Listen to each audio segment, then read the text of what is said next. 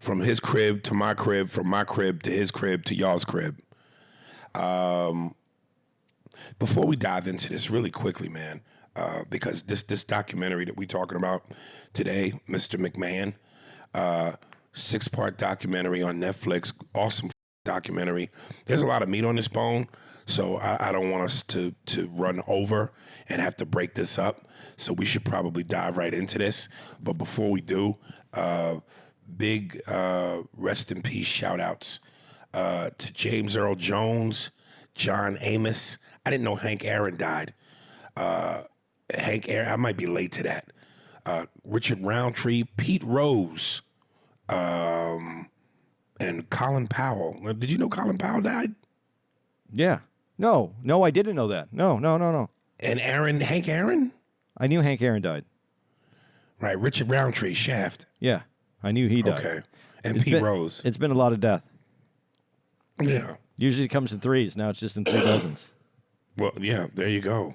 Spears and Steinberg. You know what the it is? Aries and Andy, Jew and the Jerk. You know it's time to get this work. The real raw, gutter, uncut, cold. No political corrections. Always sleep. Being awoke. We discuss politics and jokes. Scribe, we lit. There's levels to this. Before you was on your mama. Aries Spears don't give a fuck. We talk about race a lot, racism. Much love to my loyal bag holders, rollers, loaders. We got them in the folders. The whole world on our shoulders. Spears and Steinberg. Yeah, we got to dive right into this. You know, thing. I know you don't want to spend a lot of time, but we got to also shout out to the Apollo, which we just did yesterday. Yeah. We spent our time up in Harlem, did one show. It was fantastic. Legendary theater, to which I hadn't been back to since I was 17. So yeah, and fantastic for me because I can't even imagine. I can't even imagine in my career that I was ever going to be there. And thanks to you, and I appreciate it. I got to go. Yeah, so it was a cool experience. And just real quick, another little side note. I don't know if you've been paying attention, Andy, or if you've seen it. But, you know, our plan, and I think it still is our plan, because we're going to be in Orlando this coming weekend. And one of our go-tos was gonna be to go see the Joker movie. And then we will have also seen at least 2 episodes of The Penguin and talk about both of those, which I still want to do. Except I got a caveat for that, but go ahead. Keep going. Because everybody's talking about how great The Penguin is. But to the opposite, everybody is saying the Joker's a piece of shit. Well, it's a musical. No. Yeah, that I did not know. I just found that out. I didn't know that either. I thought they had a musical number in it. But the whole thing's a musical? The whole thing's a musical. Well, that's a bad idea. You know, it's funny because DC finally, you know, they get the Joker so good. They did it like the Joker was so good. It's probably the best DC comic book movie that I think they've put out. I think it's one of the best because it wasn't relying on just the comic book. I mean, as a movie, it was one of the best. And then they just do what they do, I guess. I don't know why they would have done this. It's just like the child that can't get it right. God damn it. Yeah, as awful as I'm hearing it is, I still want to see it. But I guess the good side to that is if the Penguin is as good as they say it is, that'll kind of be the saving grace. Yeah, well, but Penguin's been great. I've seen the first two episodes. There's another one that came out last night. I did not watch that one. But I can't wait. The Penguin is really good, Aries. Like, it's really good. Some people have said that it has a little reflection maybe of even like the Sopranos storyline. Yeah, I've heard that. Yeah, and I think that I can't argue with that. That seems about correct. You know, not like it's the same storyline, but there's some things in the storyline that meet up. So I'm excited about it. Real quick, now I know I'm saying we're gonna dive into this, but one more thing. I got to tell you, folks, I'm a little excited as a hip hop fan because once upon a time ago, and I mean, this got over 5 million followers. So the more followers somebody has, the harder it is for them to see your message because they got to through 1,000 messages from random people. But every now and then, I guess some of these people on their Instagram might see a certain person pop up, the name, the face, and if they know them, and if they're a fan of them, they all of a sudden get pushed to the priority line. But long story short, I reached out to rapper Fat Joe a ways back, probably like a year and a half ago, I think. And I say, hey, man, I'm a big fan. I want to f with you. Of course, I never heard back. But again, he's got over 5 million followers. So after the Apollo, we're all backstage, me and my family and my people. And I look at my Instagram, and Fat Joe is like, yo, I need that Tony Soprano, son. And I was like, oh. So I reached out to Joe. We've been trading text messages back and forth. So finally, I hit him yesterday. And he was like, yo, I'm on a plane, but as soon as I get off, I'm going to call you. Slide me the number.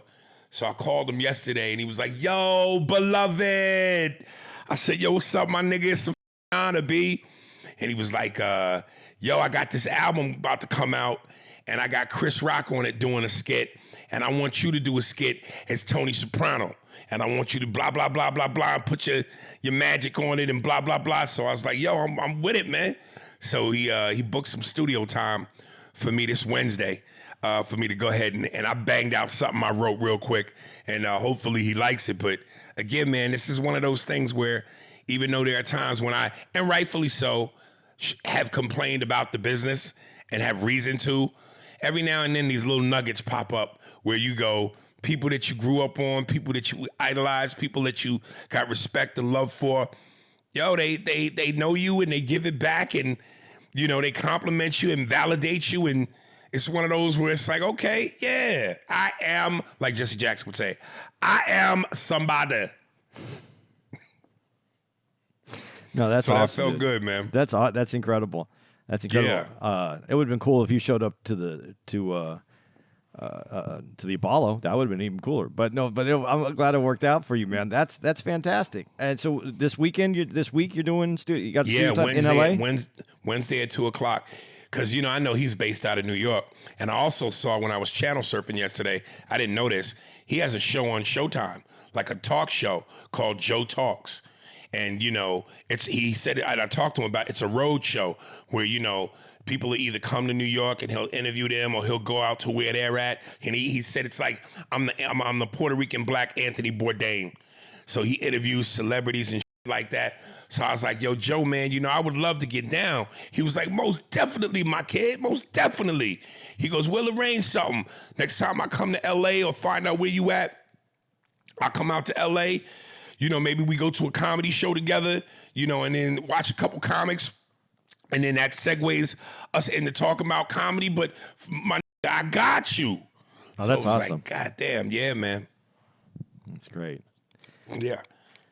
All right. So, all right, this thing is called Mr. McMahon. Dude, I got to tell you, and this is where I was a little bit premature here. As I'm looking at this documentary, and I'm about 3-4 episodes in, I'm like, you know, they were supposed to make you believe this was all about him being some sort of a deviant, but it's really not. Yeah, there's been a couple incidences, but mainly the finger was pointed towards other people within the company.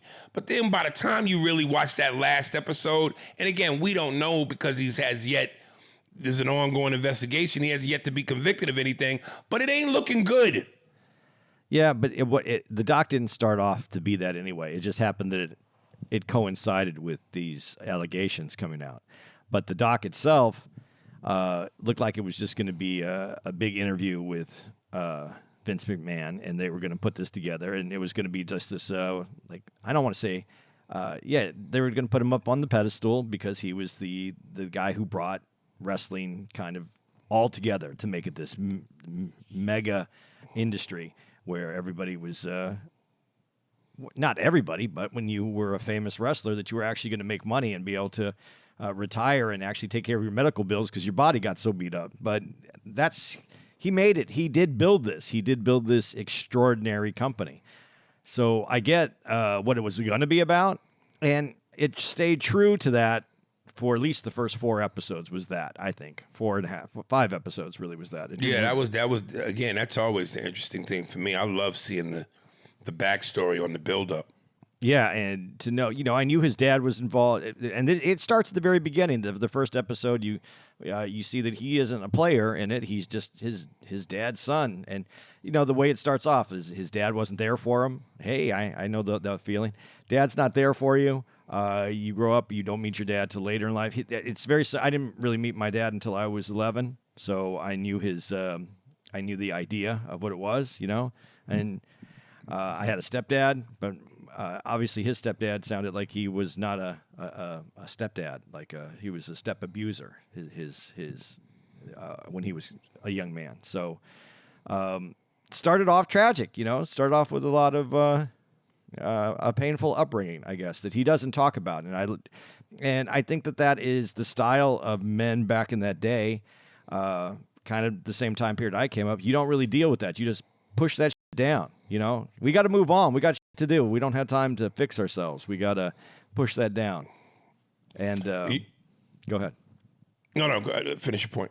I was going to say, and then we find out, later that when you push that stuff down and stuff happens to you, you tend to repeat those things. So I don't know where that's going to go because we don't know what he's going to be charged with or what he's going to be convicted of, if he's convicted. But that's kind of the through line of this story. So that was it. And I know I'm gonna be a hypocrite here because I got this back and forth love-hate relationship with wrestling where I'm about to say something where I kind of give it its props, but then later down the line, and I'm only saying this because as I'm watching this thing from beginning to end, and as it's playing out in the sequence in which it plays out in. 1 minute I'm feeling one way, and then the next minute I'm backtracking because I'm going, listen, man, I know I gave pro wrestling because it was fake, and it's fake, but I truly do get its allure. Like, it's a live stage show. It's still fake, but like any other performance, whether it's film or TV or on stage, it's all a big show, and you just have to buy into that. You just have to let go of whatever your realities are. You just got to buy into the flame, the theatrics, the acrobatics, the characters. It's a show. It's a show, but when you say it's fake, you got to kind of balance what's fake. The idea of it being that the storylines are predetermined, that's fake. That if you're looking at it like who's going to win, that might be fake. But the physical of it, the wrestling itself, the maneuvers, they're not like ripping off noses and stuff like that, but they're really throwing their bodies around. When they're jumping off of a ladder that's 18 feet in the air, they're landing downstairs. They're taking an impact. When they stop and they talk about this, and I doubt you have this in your notes, but the concussion part of this, where they used to beat each other over the head with those folding chairs.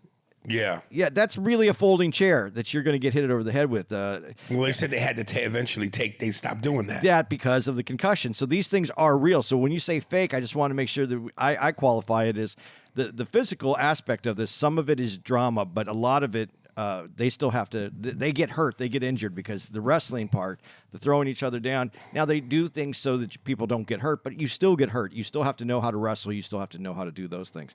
And I look at it as that I got to be honest. I'm not a wrestling fan. I'm not a wrestling fan. I enjoy it when I see it. It's fun. In little stages. I met some of these pro wrestlers that I really think are cool. They're great guys, man. They're just really, I don't know. I enjoy when I talk to them and what they've been through. Their experiences are amazing. But when I was growing up and getting back to what you said was fake, that's what I heard. It was fake. And so when I would watch it, my dad was really into the wrestling, my stepdad, and he was like, oh, like, this is cool. And then, you find out it's fake. What wasn't explained to me is that the storylines are what's really fake. There's still wrestling. It's determined, but I didn't understand. And then I think that's what really Vince McMahon should get credit for, as far as I understand it, is really projecting those storylines so that it's almost like a soap opera, like a live, like you're going to the theater for a soap opera, but it's wrestling. Because the storylines are ingrained, and if you know what the storylines are, if I would have understood that as a kid, I probably would have got into it because I would have understood these great storylines, just like you're watching a television show or you're going to a theater to see a show. And that's what I missed out on.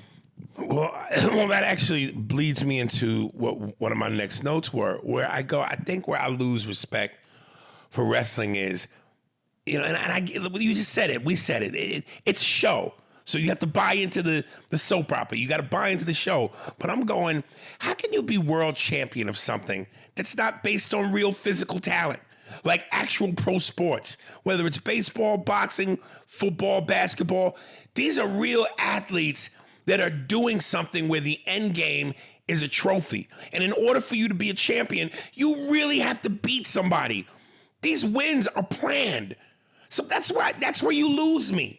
You're calling yourself a champion and you're hoisting up a belt, but your win is manufactured. You're not Ali. You didn't really beat Joe Frazier for 15 rounds and points. You're not Mike Tyson. You didn't knock your guy out in the first round. You're not Brett Favre. You didn't throw the winning touchdown.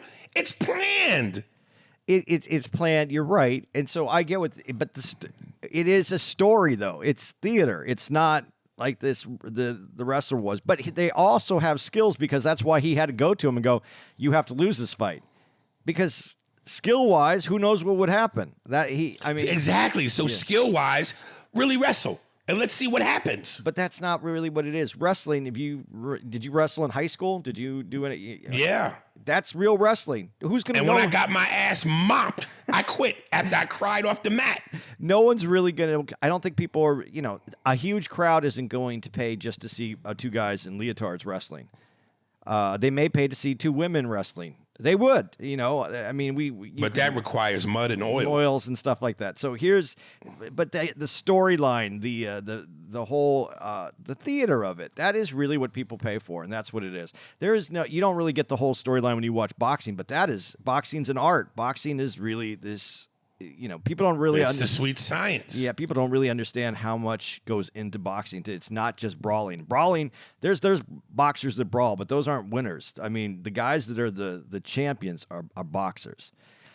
This is a different kind of sport. This is about everything that goes on around it and how they sell it. And yet, you might not be the best. You aren't proven as the best wrestler, but you're the best entertainment because you have to be entertaining. You have to be Hulk Hogan. At that time period when he was Hulkamania, he was the best at capturing you, that you wanted to see it, he had the presence, the charisma to keep you focused on him. So I guess that's what the belt's for. Let me jump real quick, because since you said that, because and you talk about how you weren't a huge wrestling fan. I was when I was a kid, and for the same reason that I was a fan of Christmas like any kid. I believed that Santa was real. I believed that wrestling was real. But once I found out it wasn't, it took the wind out of my sails. But, I come from that era, the 80s, when Hulk Hogan was the man, and he was dubbed the All-American Hero. And I got to say, man, I'm sorry, but broke, rap record going back. The hypocrisy of America is to be marveled. I mean, America is just, we have continued to pull the wool over the rest of the world's eyes. We are the biggest Jedi mind trick.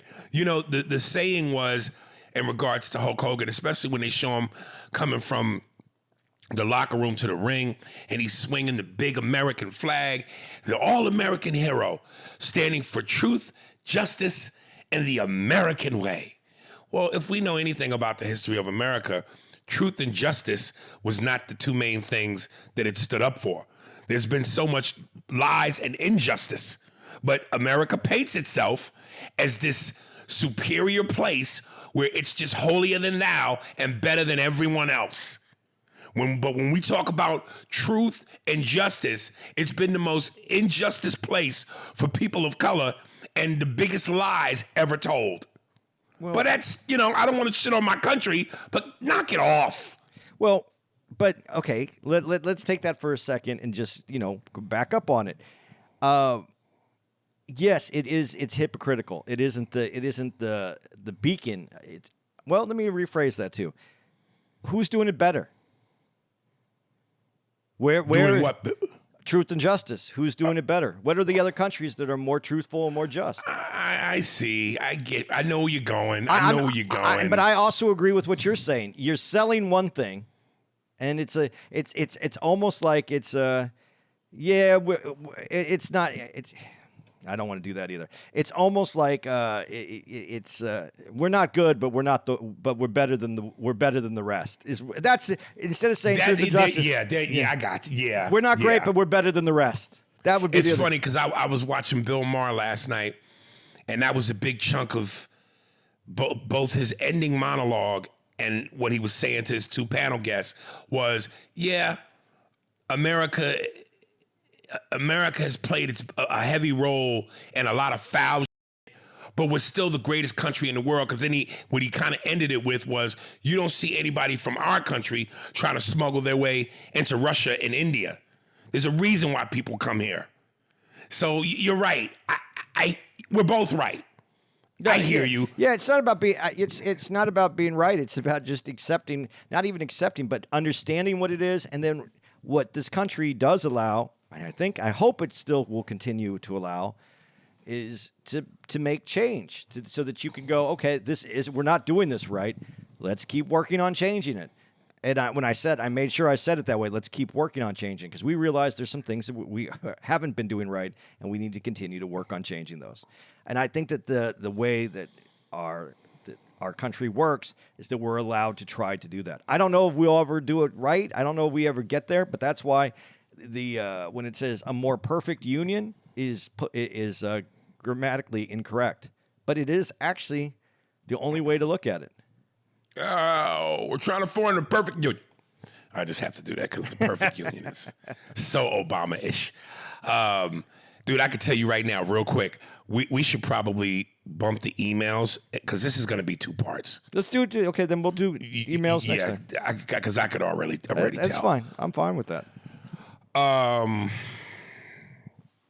Yeah, and it was funny because when they were showing, the humble beginnings of the WWF, and they showed some of the old stars from that 80s era. It was so nostalgic to me, because I was just like, it's my childhood, man. Roddy Piper, Iron Sheik, Nikolai Volkov, Junkyard Dog, who I know there were black wrestlers before him, but when WWF really hit the mainstream, Junkyard Dog was like, right place, right time. You're the black face of the WWF. Of course, my man, the Macho Man, Playtime, Randy Savage, all of those dudes, man. That was so popular, and I love when they talked about when Mr. T came for the first WrestleMania, which really took it, which blew it up and helped usher it into mainstream. But I remember Mr. T cereal.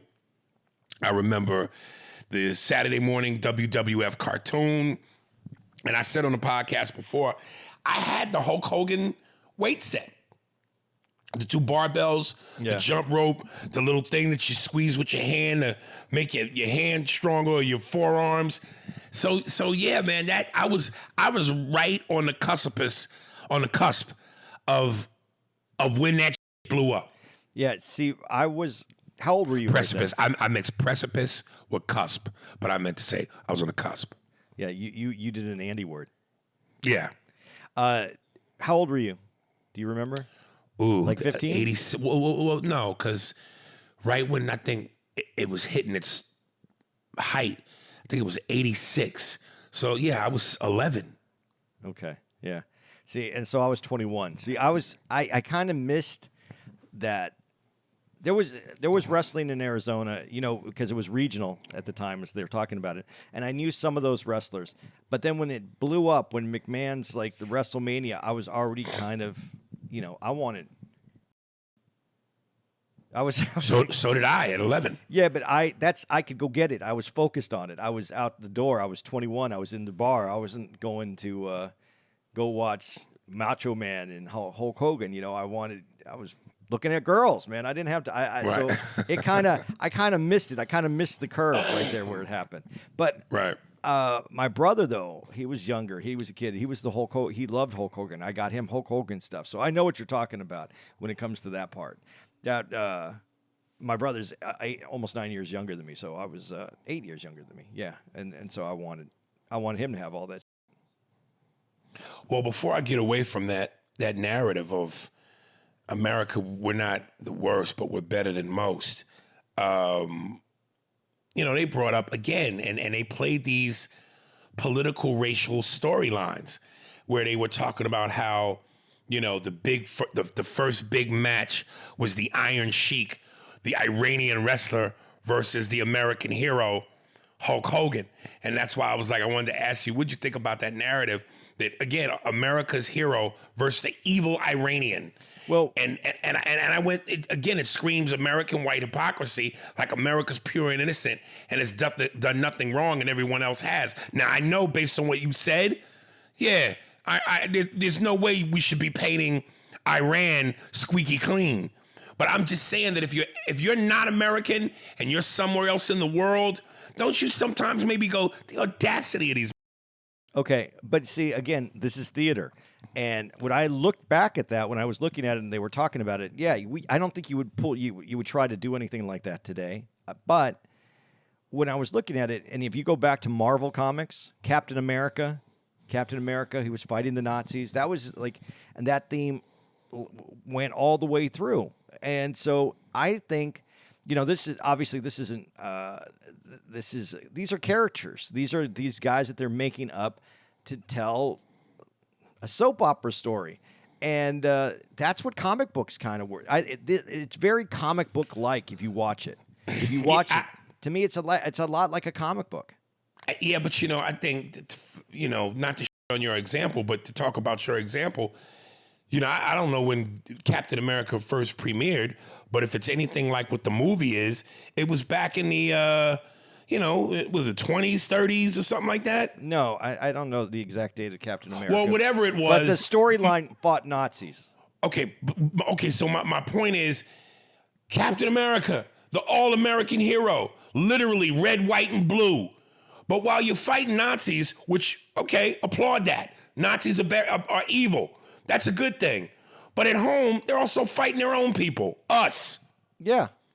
So again, it's like, okay, but that's Captain America, yay! But you're putting that in.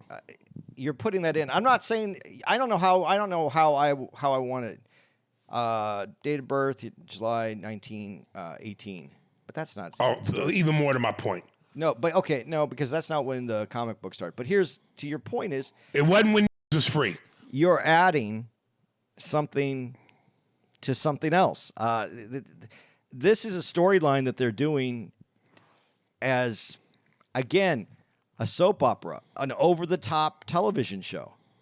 You're not complaining when you see these over-the-top television shows when you're watching these Captain America movie, are you? Did you have a problem with that? No, but I'm nitpicking, but I'm rightfully so.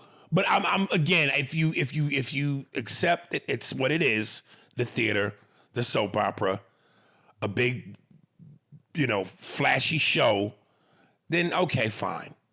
I'm just sitting back going, this is hilarious. But what you're saying is you want to hold America accountable for the situation. Stop being so arrogant.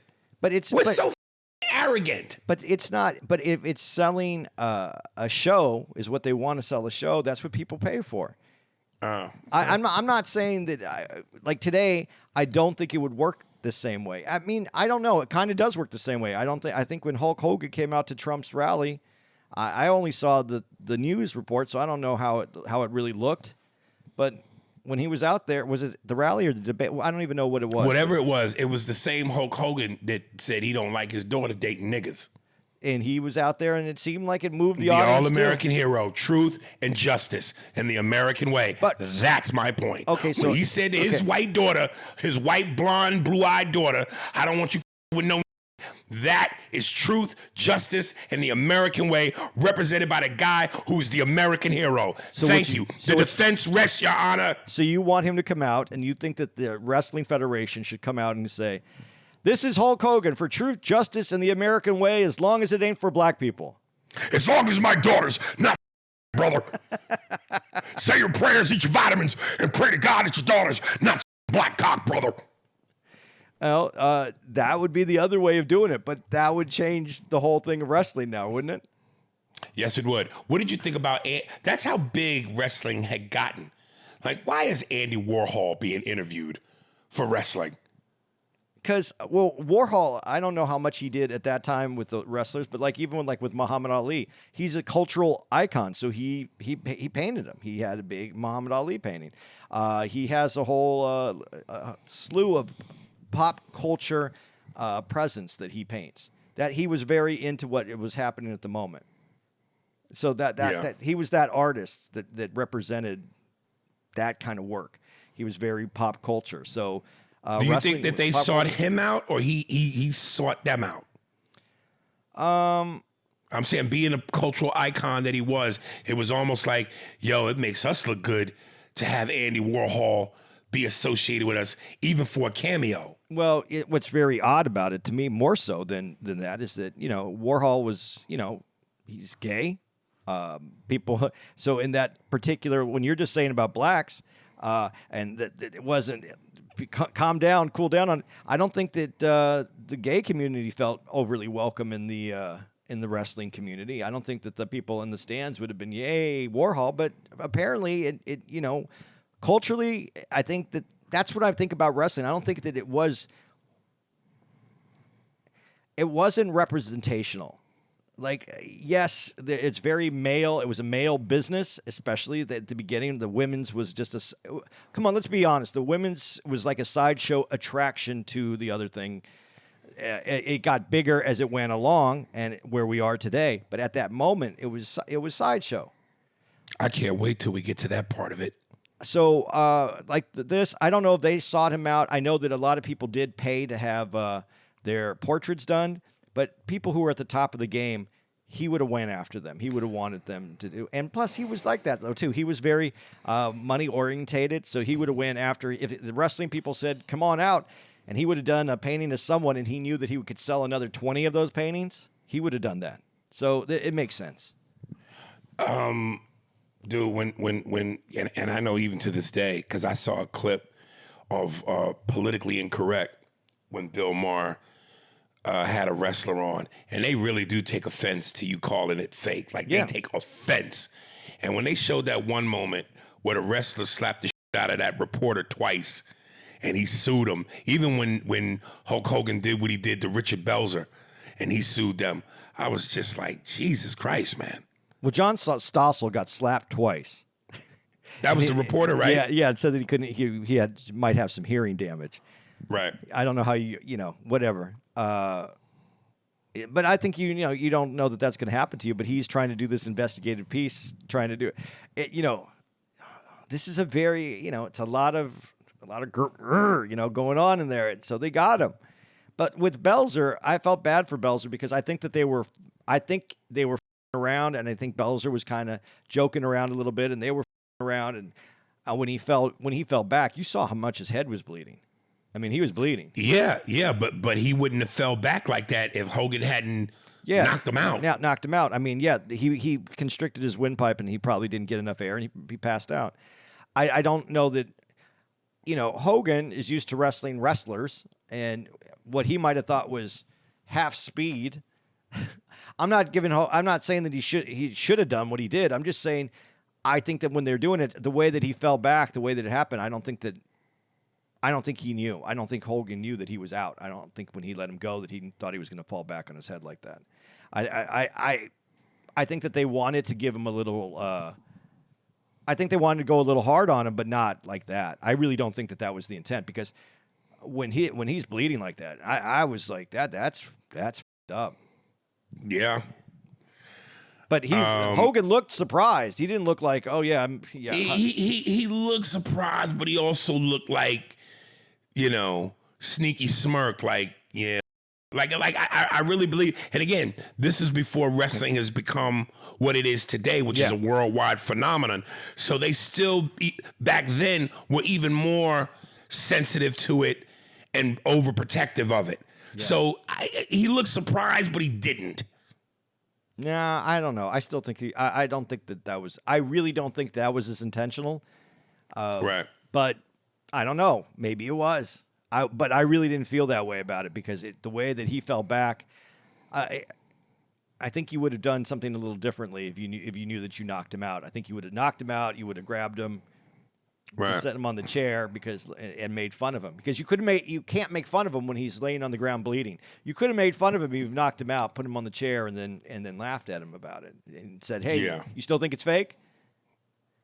Yeah. So, dude, in episode 2, when they were talking about how at one point, and this is the same thing that you and I have talked about periodically, where we go, the juggernaut, the machine that is the business, is making all this money, but yet they're Ebenezer Scrooge. No one wants to break bread.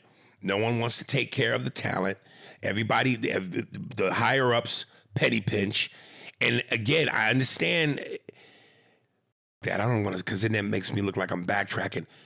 The point being, there is money being made here. I know corporations and businesses are greedy, but God damn it, because of the talent, you are raking in millions. And when Jesse the Body and all of them finally decided, look, man, we're the ones going to the hospital. We're the ones getting stitches. We're the ones risking concussions. We're the ones with bumps and bruises and having to get shot up with painkillers and needles and give us health benefits, or we're going to basically, cause a mutiny. And Hulk Hogan was the one that was the snitch going to McMahon going, hey, man, they're conspiring to protest. And that's when McMahon called them each individually in the room and said, if any of you guys want to try to, protest, you won't have a job here. Matter of fact, you won't even have a job in the industry anymore. And I just went, not only I think was Hulk Hogan a for that, because he ultimately was snitching, but he knew that because he was the golden goose, he was going to be protected. Now, here you are, your brothers in arms, who are all bleeding and taking the same bumps and bruises as you, but because you're Vince McMahon's golden child, and he's like your stepdaddy, and you know you're going to be protected, your brethren? Well, one, it was they were trying to unionize. He was trying to get him to unionize. And I don't know. What are you going to do if you're in that position? These guys are trying to go do an end around and cause a problem, and you are making millions, and you don't want your millions being taken away. Of course not. But you're gonna turn your back on your brothers, and they're all going through what you're going through in terms of, again, pain and injury and to not put themselves in a position to be financially protected. They got families. They got kids. They got a wife. I agree with you. I don't agree with him. But my point is, what would you do if you're in that position? Do you protect your money or do you protect everyone else? I'm not in that position. I'm asking what you do if you have. Yeah, he's a great Saw-like conundrums. Well, no. Let's unconundrum him for a second. In every business, there's upper tiers and lower tiers. If you're on the upper tier, you protect your tier. If you're on the lower tier, you're not trying to protect your tier. You're trying to climb up to the next tier. Yeah. It's the way the business happens. Now, could there be some people like Jesse was, and he said, it's not about getting up to the next tier. It's about protecting us down here, and then whoever rises. That would be great. That's the way it should be done. But I'm not saying that I disagree with that. What I'm asking is how many of us would do that? Would you? I would like to think I would, but then I'm only thinking that I would. I'm asking I got to, when you go in and look inside you, it's easy to say, yeah, I'm here for everybody else. I'm not here for the top of the, I don't care where I'm at in this. I want everybody to be taken care of. But would you if it knows that it changes your family situation? If it changes what school your kids are going to go to, would you do it? Well, it's interesting that you use the word family, because while your son, your daughter, they're your immediate family, and of course they come first, isn't the idea that your brethren are your family too? Now, I guess the ultimate question is, can you live with knowing that for lack of a better example, you're the cop that snitched on the bad cops, but now you still have to be amongst your fellow cops. You still have to be in that same squad with them. So now they know you snitched, you looked out for you and threw them under the bus. Are you okay with being around them, knowing that they see you different now? And if you can live with that, well, then I guess you answered the question. I guess that's part of it. I mean, I don't know. First, you have to think about, are you willing to put yourself out there for everybody else? Jesse was willing to do that. But Jesse ain't Hulk Hogan. He wasn't making that kind of money. I don't know. Dude, I'm saying to you, what I really am trying to say to you is, it's easy to say you would be a better person and you'd want the best for your wrestling family or any business that you're in. But would you, when it comes time to breaking bread, do you do so? This is the question that I think a lot of people will say, yes, I would do it that way. But when it comes down to it, I don't know that they would. I don't trust people that way. I think most people take care of themselves first, and then they would think about it. That's how I think. Right. I think that most people are like that. I think he was protecting his business because, as we know in this business that we're in, you don't know when the next check is going to come in after certain things happen. Like, for instance, when you were in the movies, you knew you did some movies, you had comedy, you've always been able to stand under your comedy. But if you transfer it over to the movie business and all of a sudden you don't have checks coming in and no movies coming at you, right. you're like, and then you're wondering how the next check is going to come in. So most people in our entertainment field are trying to put away as much money as they can for their future going forward, not thinking about everybody that's below them. Right. I mean, when we say it that way, and you're talking about the stunts, and you look at Tom Cruise, and he makes $20 million a movie, how much does a stuntman make? Did you ever ask? Because that's what they're watching on TV. In the movies, we're watching the stuntman. Right. Well, Tom Cruise likes to do a lot of his stunts, though. So I'm not going to throw him under the bus that way. But I'm saying the stuntmen in a lot of films are the ones doing this vigorous work that end up with the injuries. Are they making half as much as Tom Cruise as a $20 million movie star? Right. This is the business that we're in, man. I don't know that I can say I would do this. I would like to say that I would be for the people more so than just myself, but I'm going to be honest, and I think people need to ask themselves honestly, deep within themselves, what would they do? And then not just say I would do the good thing because it's easy to say the good thing. It's hard to do the good thing. Right. I didn't get how Vince McMahon's dad didn't get how important it was for Hulk Hogan to do Rocky III. Like, you trying to build a brand, and here's your biggest star with an opportunity to be in, and by this time, it ain't like, Rocky, who's Sylvester Stallone? What's this Rocky movie? This is installment number 3.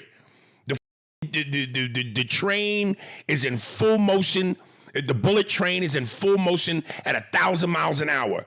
How could you not, if you're supposed to be a guy like Vince McMahon's dad, and you're supposed to be able to have the foresight to see into the future and know what's good for the brand, how do you miss that one? How do you not understand that it's going to put more eyes on your brand and make Exactly. you even bigger? But that's the problem. Not everybody has the foresight to see things. And That's crazy. He was an old school dude. I think it's amazing that listen, like he was saying, everything on the wrestling, all the little leagues were all in their own regions, and it was a handshake deal. Did you hear? You remember that when they said it's a handshake? Yeah. No one just crossed over because we all just agreed upon it. Right. Vince McMahon was the one who goes, "F that.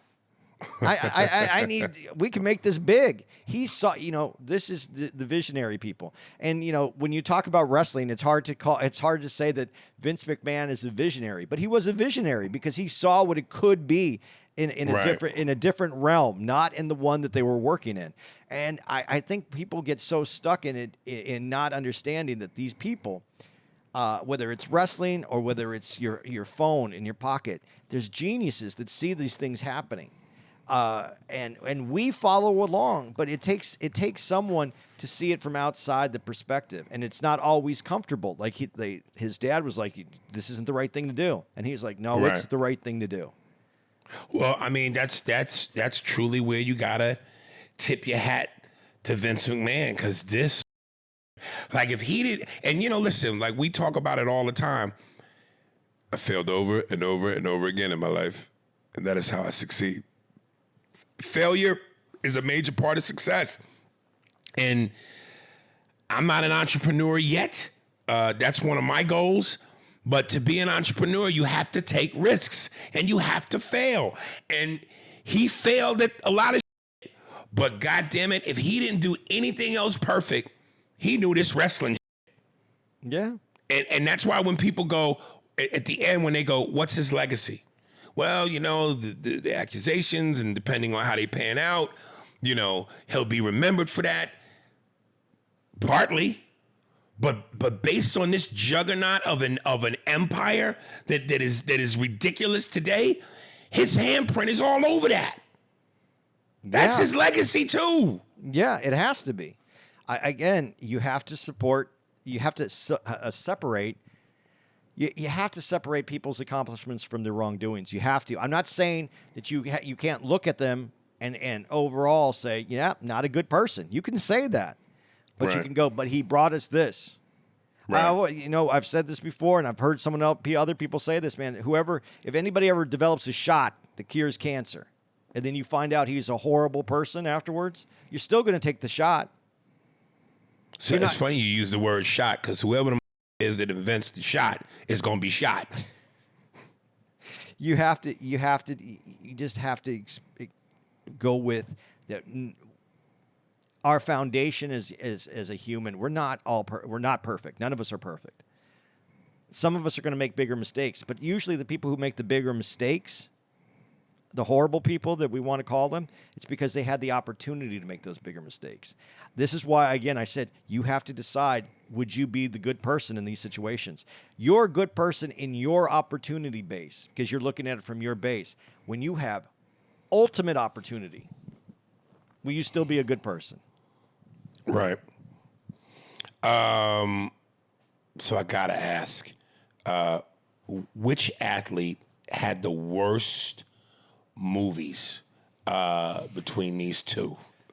Hulk Hogan with No Holds Barred, or in his other movie, the comedy Mr. Nanny, or Shaq with Steel and Kazam? If somebody locked you in a room, Andy, and said, yo, for 24 hours between the two movies from Hogan or the two movies from Shaq, you got to keep rewatching these same two movies for 24 hours straight. Only time you leave the room is to go to the bathroom, and we may slide a grilled cheese under the door and a glass of water. It's easy for me to pick on that one. Uh-oh. Who? I would watch Shaq. Oh, really? Yeah, because Shaq made his movies to be over the top and goofy and silly, and that's who Shaq, especially at that time, that's who he was, being silly and a little goofy and likes to. I don't think that he. I think he had fun doing his movies. I think Hulk Hogan that's his other personality. Like I'm the and that's what he was selling. That's who he was. That's goofy to me.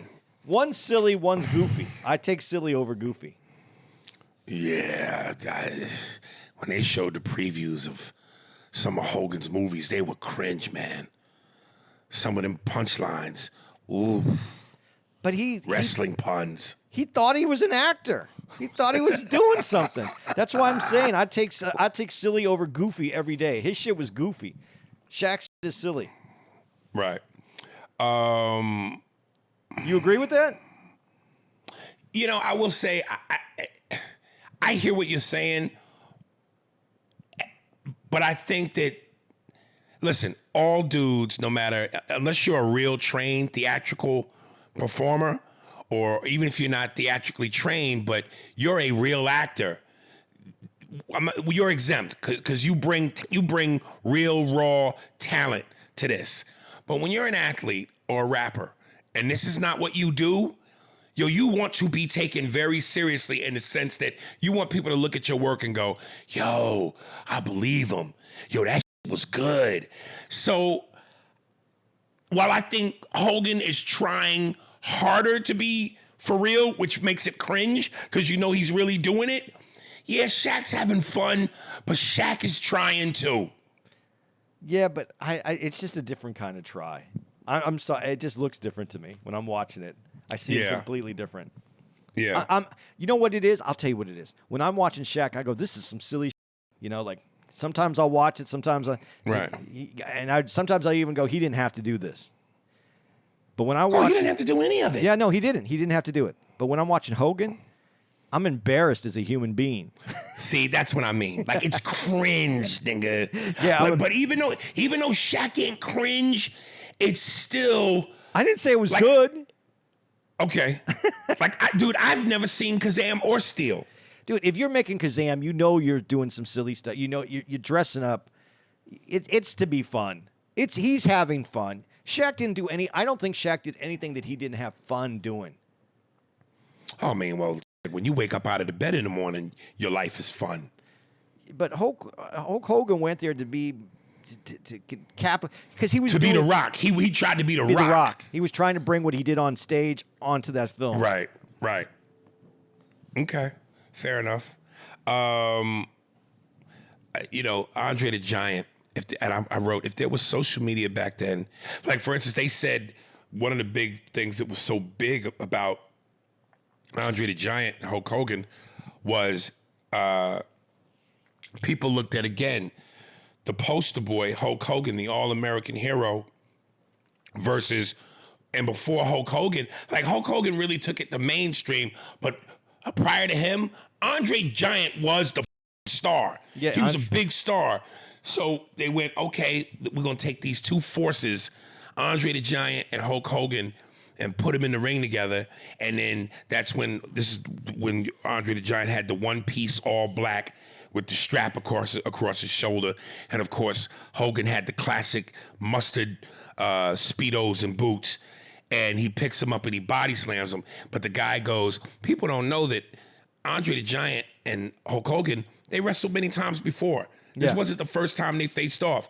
He had slammed Andre Giant many times before. But what I wrote was, see, if people had social media back then, they would have knew all that. Yeah. But because you didn't know. No. You just didn't know. And because it wasn't on TV, all the matches weren't on TV, there wasn't anybody to hold you accountable. So as long as you didn't have a televised match, you could say anything you wanted to over and over and over again. Right. So that was part of it. That was part, like you said. But social media, ask all these other dudes. It keeps people accountable. So social media it would be completely different. It would be completely different. The legends would be completely different. The storylines would be different. But this is interesting. But watching that and putting that out there the way it was. But the most interesting thing to me about the Andre the Giant thing is that he was up. That he was broken. You mean his body physically? Yeah, and he still came out and did that and put on a performance, and they didn't know how it was going to, they just had to put it together the right way. And so that's kind of like, so when we say that, wrestler, the belt, are they the best? Are they the best, or are they just the best at entertaining? Because they made that look entertaining. It looked like something. I mean, you were happy that you were there if you were there. I mean, I wish I would have been. Go ahead. No, I was going to say, for me, it's like, I get it. It's great theater for children. It's great theater. I got to stop at children because it almost makes me go, and I know I got this in one of my later notes, but to me, and I know I'm going to probably catch some hell, but when you're a grown-ass man and you doing fantasy leagues, when you're a grown-ass man and you dressing like comic book characters going to the Comic-Con, when you're a grown-ass man looking at wrestling and screaming like a little girl, it feels loserish to me. Grow the up. Yeah, but that's part of this. Like, the reason we have these comic book movies is because young kids that were comic book fans grew up and stayed fans. And then they grew up into business, and then they entered the entertainment business, and then they went, we want to make a comic book movie. And then all the people that still with comics are watching these. So that's who's going. It's built on, yeah, you're going to lose 50%, 75% of as people mature into adulthood, but 25% are going to stay. And over generations, that's a lot of people. And that's really what I think happens with wrestling is that the younger people that were into it, as they get older, they stay fans. And once you're locked in as a fan, you develop you got layers of fans now and different age groups because of that. They stayed fans. Not everybody. Listen, if you pass it off to your kid and you're like, yo, as a kid, I enjoyed this. So now as an adult, I take my son and now it's a father-son moment. I guess it that's why I said earlier, I'm back and forth because there are elements of this where I go, okay, I see it. It makes sense. But then there are other elements where I go, yo, man, you a grown-ass man screaming for fake. But as you just said, as a parent, you liked it as a kid. You still had some connection to it. You take your kids, you become part of that. You're going to fall even deeper in love with it once you take your kids and you see your kids' joy. That brought you joy, seeing your kids' joy. What brought you the joy? There's wrestling. You're in it. It's going to keep you in it. It's going to keep you there. That's what happens. That's what's going on. That's why we have generations of now comic book movies. I put comic book movies and wrestling in the same place. Nah, I don't.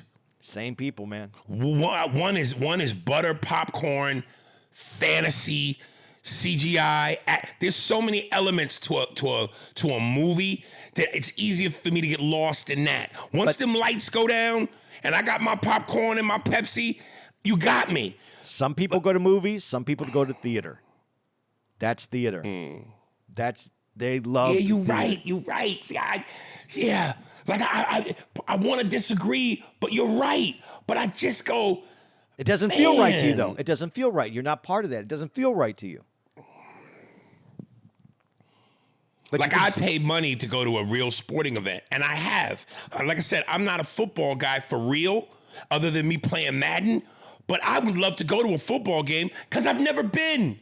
And just to be able to say, yo, I went to a real NFL game or I tailgated, I could take that off the bucket list and go, yo, I did that. I can finally go, I know what that experience is like. I don't know what that's like to be sitting on the whatever yard line and see that up close. Now, if you said to me, hey, man, I got a ticket to WrestleMania 458. Okay, what am I going to do? What am I going to go there and scream when so-and-so walks out the tunnel? When so-and-so is jumping off the top turnbuckle? You're not connected that way, but some people get connected, man. All right. I love how you talk about it, though.